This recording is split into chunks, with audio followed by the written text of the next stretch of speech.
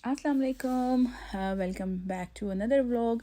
आज मैं आपको एक ऐसी वीज़ा कैटेगरी के बारे में बताऊंगी जिस पर आपको ना तो आइल्स की ज़रूरत है, ना ही किसी डिग्री की ज़रूरत है, ना ही पास्ट वर्क एक्सपीरियंस की ज़रूरत है और ना ही किसी किस्म की इन्वेस्टमेंट चाहिए।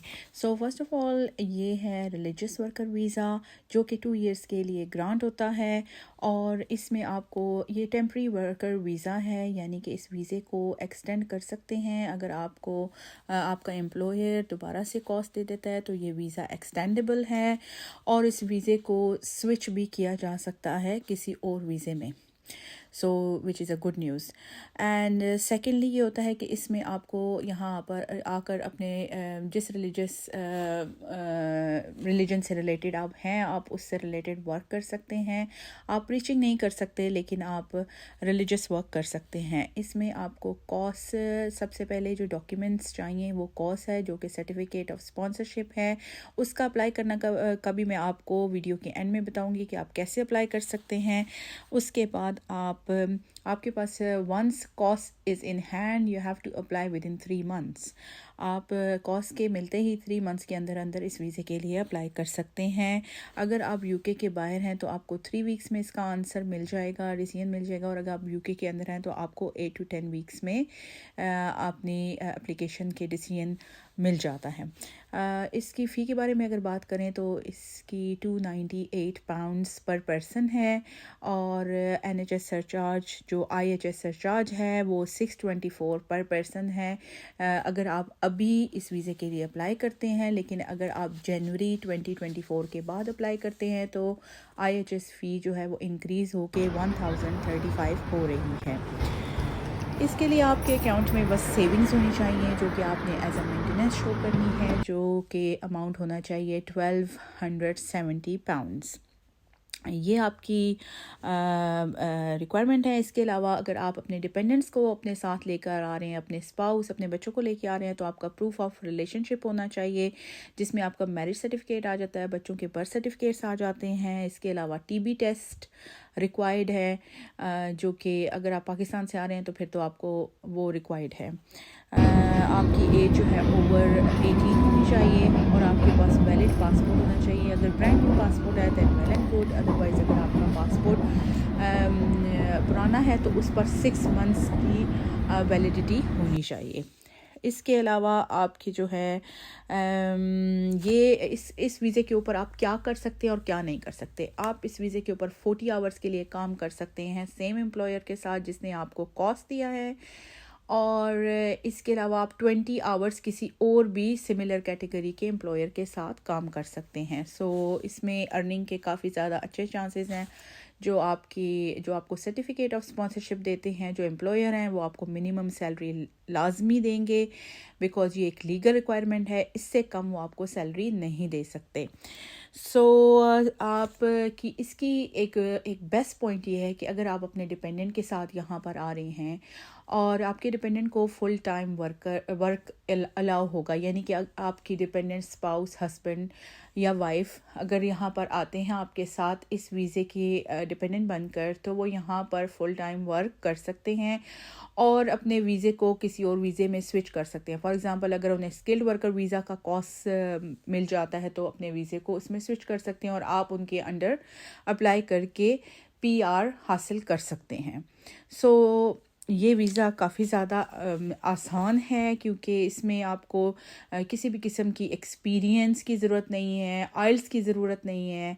इसके अलावा आपको कोई इन्वेस्टमेंट की ज़रूरत नहीं है और आप इजीली इसको अप्लाई कर सकते हैं। इस वीज़े में बस आप ये है कि आप प्रीचिंग नहीं कर सकते, आप रिलीजियस वर्क जो आपको दिया जाएगा वो ही आप कर सकते हैं और इसके अलावा आप पब्लिक फ़ंड्स भी अप्लाई नहीं कर सकते। वो आपके BRP पे लिखा होगा no recourse to public fund, but मैं फिर आपके लिए एक्सप्लेन करना चाहती हूँ कि आप पब्लिक फ़ंड्स इसमें अप्लाई नहीं कर सकते।